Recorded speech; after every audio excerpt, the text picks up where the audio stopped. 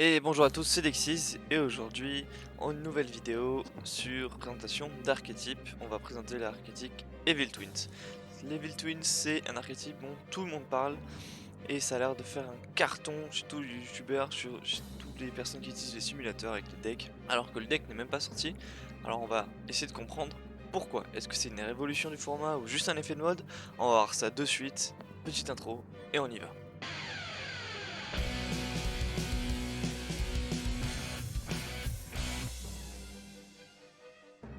Qu'est-ce qu'Evil Twin? Evil Twin, c'est un archétype Dark and Light de type Cyberse, rempli de monstres féminins, avec pour but de bait l'adversaire et à cramer des ressources. Avec comme membre principal Life Twin Kissikil et Life Twin Lila, qui sont dans le lore deux influenceuses. Ils débutent dans le pack Impact Genesis, qui sort le 12 septembre au Japon en OCG et le 4 décembre en TCG. Donc la base du deck, ça va être du combo, ça va être que l'adversaire crame du coup des untraps et des cartes qui contre pour essayer de pas faire jouer le deck. Malheureusement le deck, après on va le voir ça de suite, il joue énormément quand même. On passe au premier point, quelle carte et quel combo pour l'archétype. Donc comme je vous l'ai dit, du coup on va avoir Life Twin Kissikil et Life Twin Lila. Les deux permettent de se summon l'un et l'autre dès qu'il y a une invocation normale. Donc le but du jeu, c'est de le jouer en 3 pour avoir une ou l'autre dans sa main ou sur le terrain, pour un que l'autre. Avec ceci, on va partir sur la link, une ligne 2, Evil Twin Kissikil ou Evil Twin Lila, qui va nous permettre l'une de piocher et en plus de pouvoir summon Life Twin Lila du cimetière, et Evil Twin Lila va permettre de détruire une carte si Kissikil est sur le terrain, et de summon Kissikil si elle est dans le cimetière. Donc on va se retrouver avec la ligne 2 Kissikil ou la ligne 2 Lila, qui va invoquer une autre Lila ou Kissikil sur le terrain, et donc invoquer l'autre. On va pouvoir faire la ligne 2 de l'autre archétype, donc on aura à la fin de ce combo Evil Twin Kissikil et Evil Twin Lila sur le terrain. Et du coup après on va partir du coup sur la pièce maîtresse du deck qui va être Evil Twins Kissikil Lila. Donc sur les noms ils sont pas trop chauffés. On a donc Evil Twin Kissikil Lila et l'adversaire ne doit avoir que 2 cartes en main. C'est-à-dire que vous allez faire défausser votre adversaire de 3 cartes si vous êtes en tour 1. Et elle gagne 2200 d'attaque s'il y a des cartes dans le cimetière. Donc elle va se retrouver avec 4200 d'attaque. Donc c'est plutôt pas dégueu. À 4400 d'attaque, la carte elle est assez forte, mais ça va être la seule. Donc si je résume, on a donc des monstres ultra combo qui permettent une pioche ou une destruction, suivi d'un défaussement pour cramer des ressources. Le combo se fait facilement en plus, hein. C'est-à-dire qu'il faut une Life Twin qui amène une autre, qui amène du coup une Evil Twin, qui amène une autre Evil Twin, et après on a du coup la carte maîtresse et Evil Twin qui s'équilibre. Donc là on a parlé des cartes monstres, maintenant on va parler des cartes pièges et des cartes magiques qui sont l'archétype. Les cartes magiques, nous avons une carte terrain, le Life Twin Channel, qui permet d'allumer une attaque de monstre en sacrifiant une carte Lila qui kill.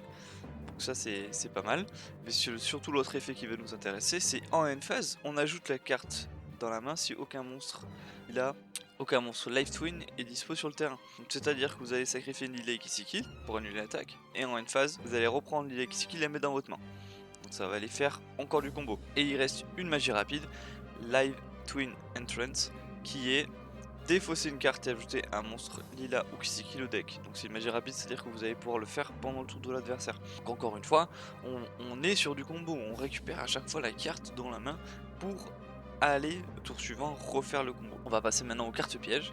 L'Evil Twin Challenge, donc c'est une summon spé de Lila ou Kissikil du cimetière et linké avec la summon spé pour avoir une autre carte, c'est-à-dire vous allez spé Lila, vous allez activer la carte piège avec, et du coup vous allez faire une ligue pour chercher une Evil Twin. Après il y a Evil Twin Easy Game, c'est un effet continu, ça permet de prendre l'attaque d'un monstre tribute ou negate un effet de destruction de cartes. Donc ça c'est super tant que c'est associé à une Evil Twin ou un Evil Twin, vous pouvez du coup annuler un effet de carte, un effet de destruction, donc ça c'est encore fort. Et on a le dernier Evil Twin Present, donc c'est donner un monstre Lila et Kissikil en échange d'un autre monstre ou envoyer un spell dans le deck. Vous allez pouvoir l'activer pendant le tour de l'adversaire, vous échangez du coup le monstre Lila ou Kissikil qui ne servira à rien à l'adversaire contre un monstre que vous voulez.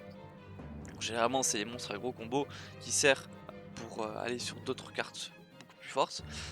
Ou sinon vous envoyez un spell qui est sur le terrain de l'adversaire dans le deck, donc ça contre un petit peu toutes les choses, c'est plutôt pas mal. Si je viens résumer l'ensemble carte magique carte monstre. Sur cet archétype là, il y a beaucoup d'invocations monstres et il y a pas mal de negates avec du combo. Maintenant je vais donner les avantages du deck et les désavantages, c'est-à-dire avantages, désavantages de l'archétype. Les avantages c'est qu'il y a beaucoup de combos avec très peu de cartes, hein. Donc on a vu Life Twin, Evil Twin, main monster. Un recyclage du cimetière impressionnant, avec toutes les cartes on peut récupérer toutes les Life Twin et Evil Twin et les mettre dans la main ou dans l'extra deck et refaire ça en un tour. Et les cartes pièges et magiques permettent d'avoir du contrôle, un petit peu de contrôle, pas tant que ça, mais quand même du contrôle et du combo. Ça permet d'avoir une certaine polyvalence. Les désavantages qu'il y a sur cet archétype, il y en a très peu au final, hein. C'est pas de cartes avec une attaque élevée, à part Level Tune qui c'est qui lit là, qui a 4400, mais il n'y a pas d'autres cartes qui peuvent l'aider. Pas de pioche, c'est-à-dire que vous avez vite 100 mains dès que vous avez fait les combos, puis un go second plus impressionnant, c'est-à-dire que si l'adversaire a déjà tout mis sur son board, vous allez avoir vraiment du mal à essayer de faire votre combo, car il y aura beaucoup de negate dans la méta actuelle. Après ça c'est un deck qui est polyvalent, avec très peu de bricks, c'est très consistant, mais il faut faire attention aux negate. Ça peut être changé avec les cartes qui vont avec.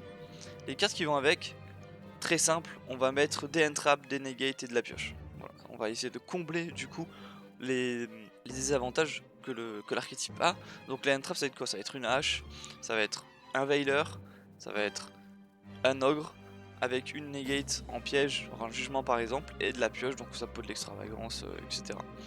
Voilà, donc je vous ai présenté l'archétype, maintenant on va essayer de voir avec tout ça, est-ce que c'est une révolution de format ou juste un effet mode. En fait du coup le deck en lui-même n'est pas une révolution de format, c'est quelque chose qui a l'air d'accompagner le combo. C'est-à-dire aujourd'hui il y a beaucoup de decks combo et ce deck là il a l'air de faciliter, ça pourrait être un support pour plein de decks, pour faciliter les links et les decks combo. Donc pour moi c'est pas une révolution, c'est pas un effet de mode, c'est juste un deck qui convient très bien à la méta actuelle et Konami a voulu sortir quelque chose comme ça. Mais n'empêche c'est un deck très fort par rapport aux autres, c'est-à-dire que c'est un très bon deck support. Voilà, je vous remercie, passez une bonne journée, bye, à la prochaine vidéo.